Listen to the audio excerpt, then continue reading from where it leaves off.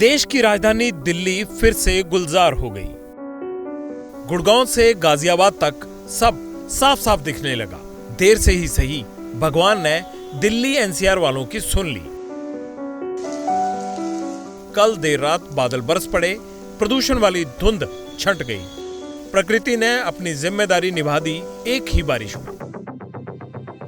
दिल्ली का AQI 437 से गिरकर 279 हो गया। नोएडा का AQI 394 से गिरकर 247 हो गया। ग्रेटर नोएडा का AQI 439 से गिरकर 272 रह गया। गुड़गांव का AQI 404 से गिरकर 240 पर पहुंच गया।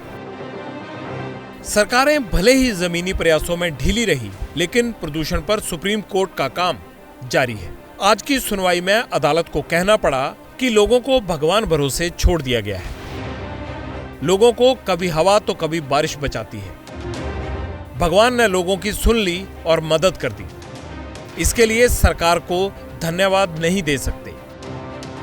6 साल से प्रदूषण पर सिर्फ चर्चा है, समाधान नहीं।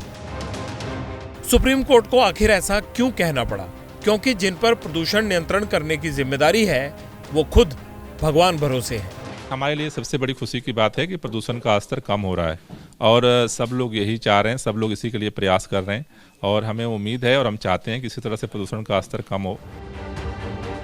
सुना आपने, इनके पास दिल्ली के पर्यावरण का जिम्मा है। कल तक कृत्रिम बारिश करवाने की योजना लेकर घूम रहे थे, लेकिन भगवान को शायद पता था कि इनसे ना हो पाएगा। बारिश से दिल्ली की सिर्फ हवा नहीं बदली, अब ऑड इवन स्कीम पर भी दिल्ली सरकार का रुख बदल गया है। अभी बारिश के बाद रात में जो बारिश हुई है और अभी जो हवा की गति है, उसको देखते हुए प्रदूषण के स्तर में लगातार गिरावट दर्ज की जा रही है और इसको देखते हुए सरकार ने यह निर्णय लिया है कि 13 से 20 तारीख तक जो ऑड इवन करने का जो फैसला हुआ था, उसे पोस्टपोन किया जा रहा है। दिवाली के बाद प्रदूषण के स्तर की सरकार समीक्षा करेगी।